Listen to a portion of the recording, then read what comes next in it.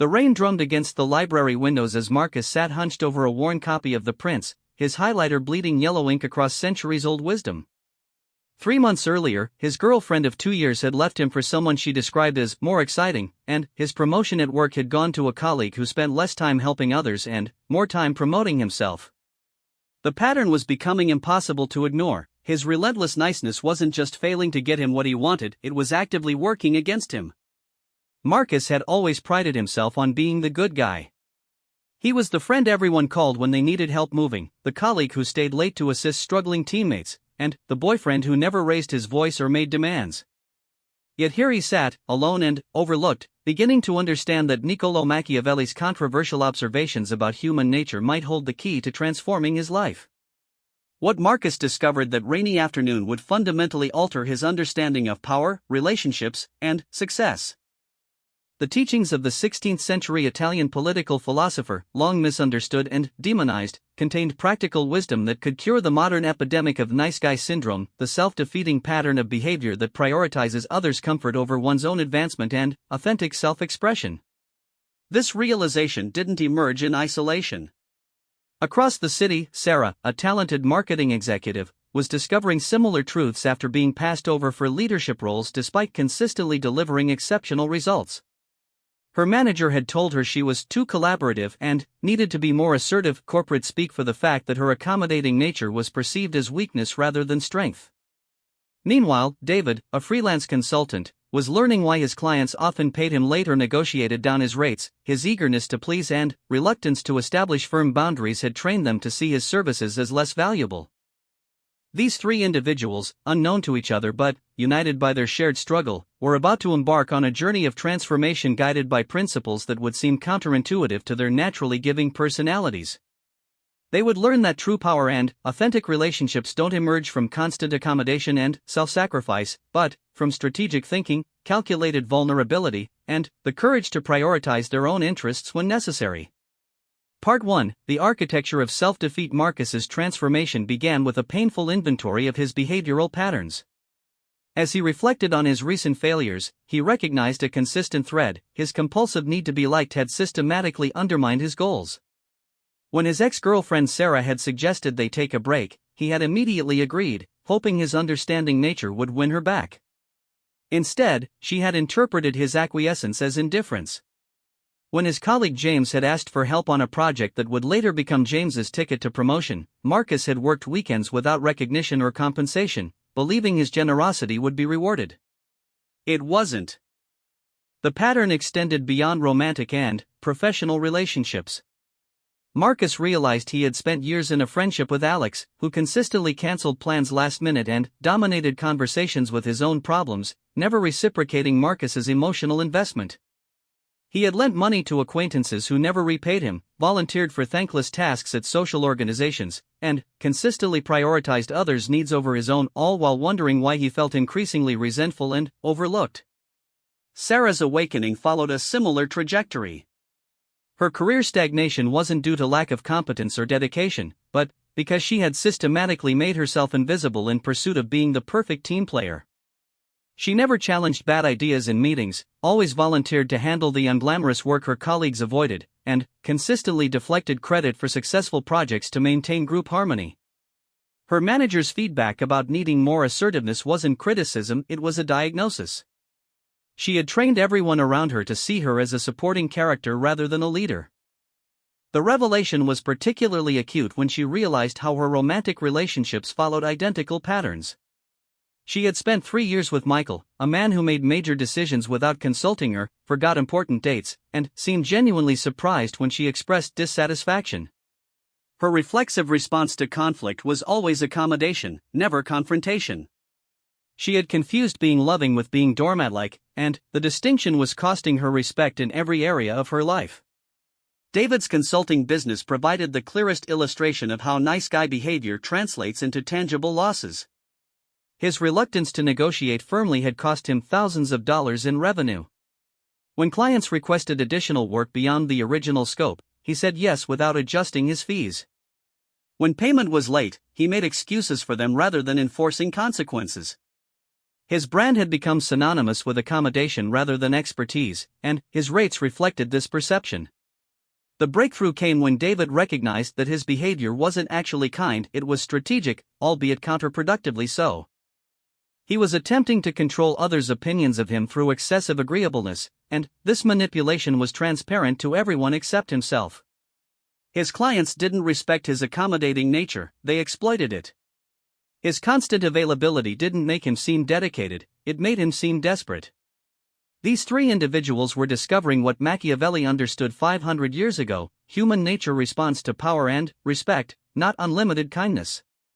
The prince's most famous assertion, that it is better to be feared than loved, if one cannot be both, wasn't an endorsement of cruelty but a recognition of social dynamics.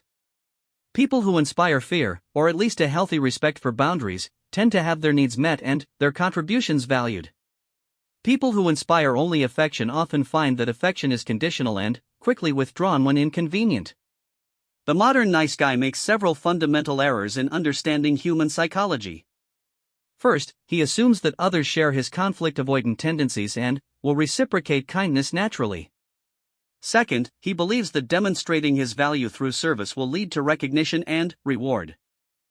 Third, he operates under the assumption that putting others first is inherently moral and will be appreciated. All three assumptions are demonstrably false in most social contexts. Human beings are hierarchical creatures who instinctively assess relative status and respond accordingly. When someone consistently prioritizes others' needs over their own, they signal low status and invite exploitation.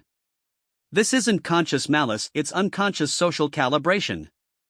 People naturally test boundaries, and, when they encounter none, they assume the boundaryless person either lacks self-respect or is attempting to manipulate them through artificial kindness. Marcus began to understand this dynamic when he recalled a conversation with his ex-girlfriend where she had mentioned feeling suffocated by his attentiveness. At the time, he had interpreted this as criticism of specific behaviors, but he now realized she was describing a fundamental loss of respect. His constant availability and accommodation had eliminated the natural tension that maintains attraction and interest in relationships.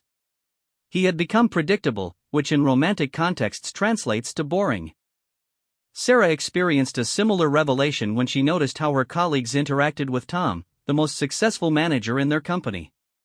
Tom wasn't particularly warm or accommodating, but he commanded respect through clear communication, firm boundaries, and strategic collaboration. He helped others when it served his objectives, said no without extensive justification, and took credit for his contributions without apology. These behaviors, which would have felt selfish to Sarah, had earned him both professional advancement and genuine liking from his team. The paradox of nice guy behavior is that it often produces the opposite of its intended effect. The desperate pursuit of approval creates distance, constant accommodation breeds contempt, and the refusal to assert one's own needs leads to being ignored and undervalued. Machiavelli's insight wasn't that people should be cruel or manipulative, but that they should be strategic and self-aware about human nature's realities. This understanding forms the foundation for transformation. Before adopting new behaviors, the recovering nice guy must accept several uncomfortable truths. Kindness without boundaries is weakness, generosity without reciprocity is exploitation, and the attempt to control others' opinions through people-pleasing is both impossible and unattractive. Once these realities are accepted, the path forward becomes clear. The goal isn't to become selfish or uncaring, but to develop what Machiavelli called virtue, the ability to adapt one's behavior to circumstances in pursuit of worthy objectives. This requires developing comfort with others' temporary displeasure, learning to say no without extensive justification, and understanding that respect and affection often emerge from strength rather than accommodation. Part 2, the strategic reconstruction. The transformation from nice guy to strategically authentic individual requires rebuilding core behavioral patterns from the ground up. Marcus, Sarah, and David each discovered that this process involves three fundamental shifts, from reactive to proactive behavior, from external validation to internal standards, and from unlimited availability to strategic accessibility. Marcus's first breakthrough came during a conversation with his friend Alex, who had called to complain about his latest relationship drama while canceling their dinner plans for the third consecutive time. Instead of his usual understanding response, Marcus found himself saying, "That's disappointing, Alex. I was looking forward to our conversation, and I've noticed this pattern of last-minute cancellations is becoming regular. Let's plan something for next week, and if you need to change it, please give me more notice. The directness felt uncomfortable, but Alex's response was revealing. Rather than offense, Alex showed what appeared to be increased respect, apologizing more genuinely than usual and following through on their rescheduled plans. This interaction illuminated a crucial Machiavellian principle: people respond positively to clear boundaries when they're communicated with confidence rather than aggression. Alex hadn't been consciously disrespecting Marcus, he had simply been responding to the absence of consequences for his inconsiderate behavior. By introducing reasonable expectations, Marcus had improved rather than damaged their friendship. Sarah's transformation began in the professional realm when she decided to test a different approach during team meetings.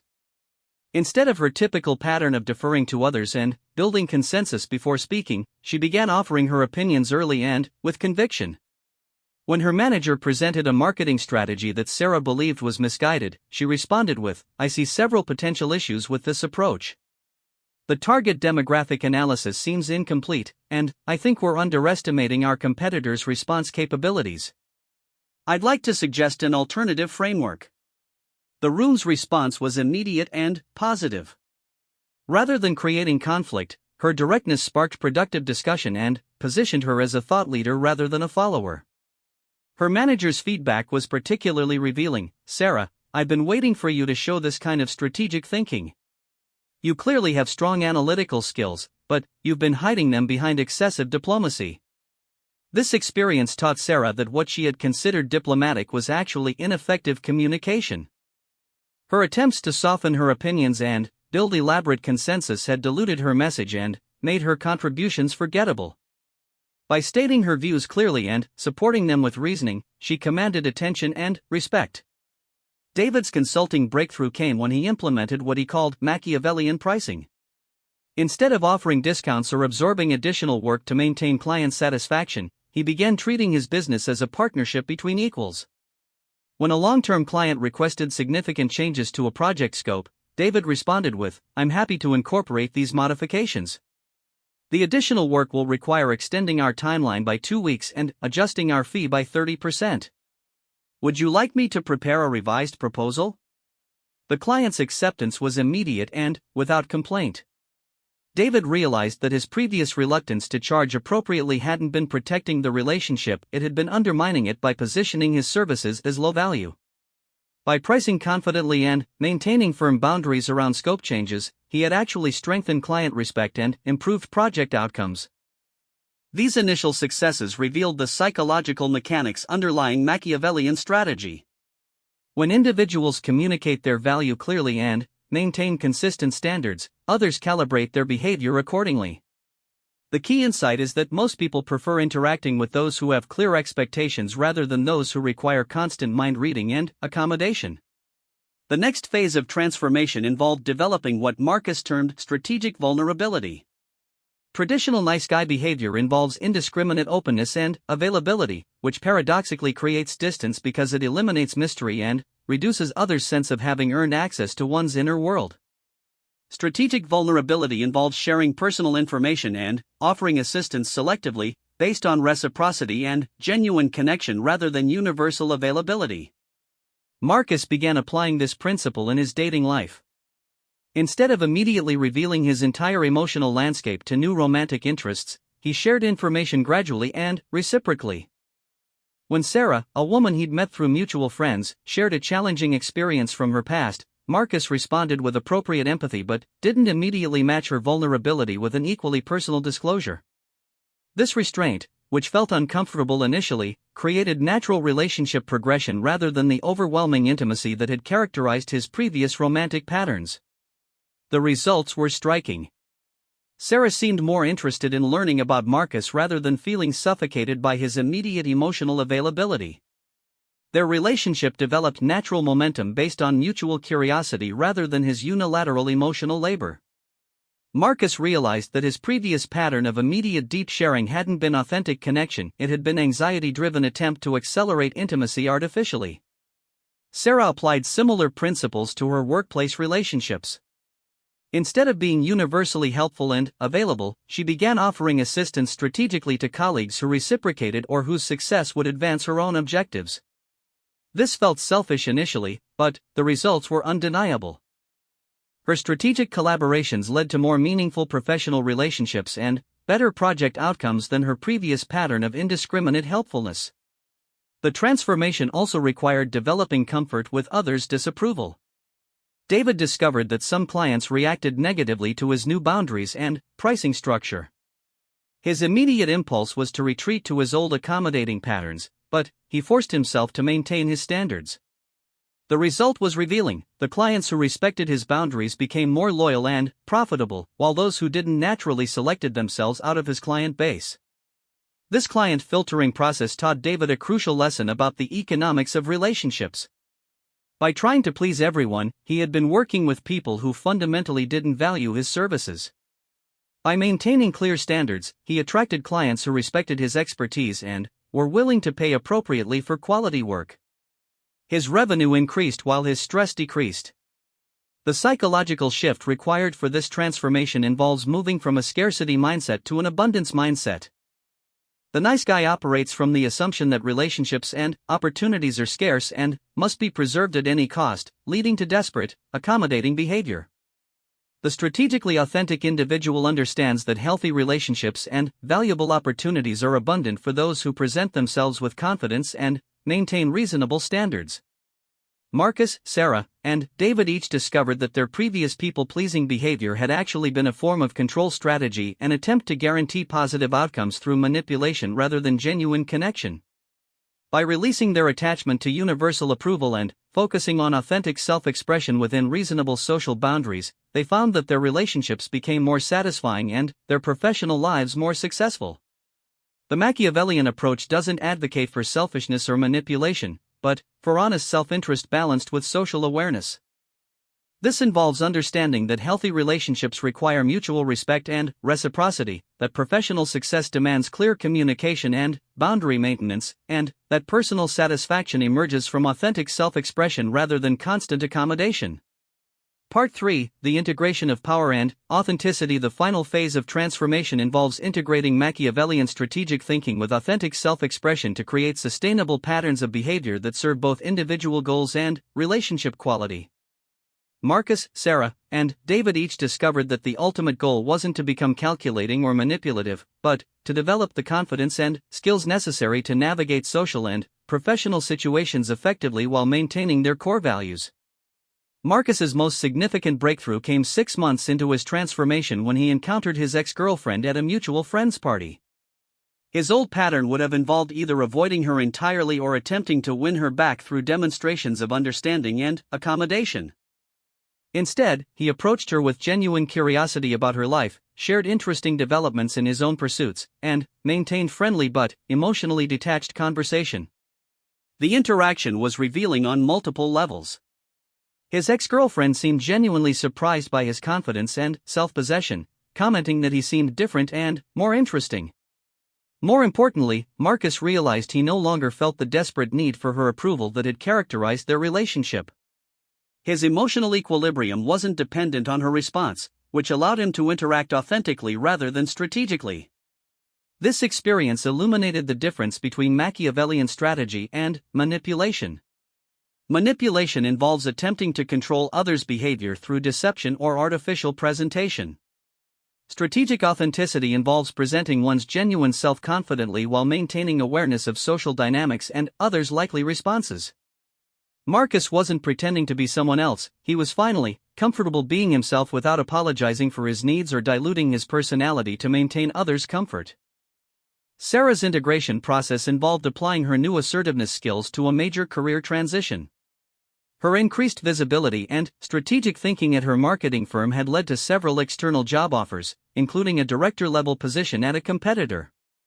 Her old pattern would have involved extensive consultation with colleagues, careful consideration of everyone else's opinions, and probably declining the opportunity to avoid disrupting existing relationships.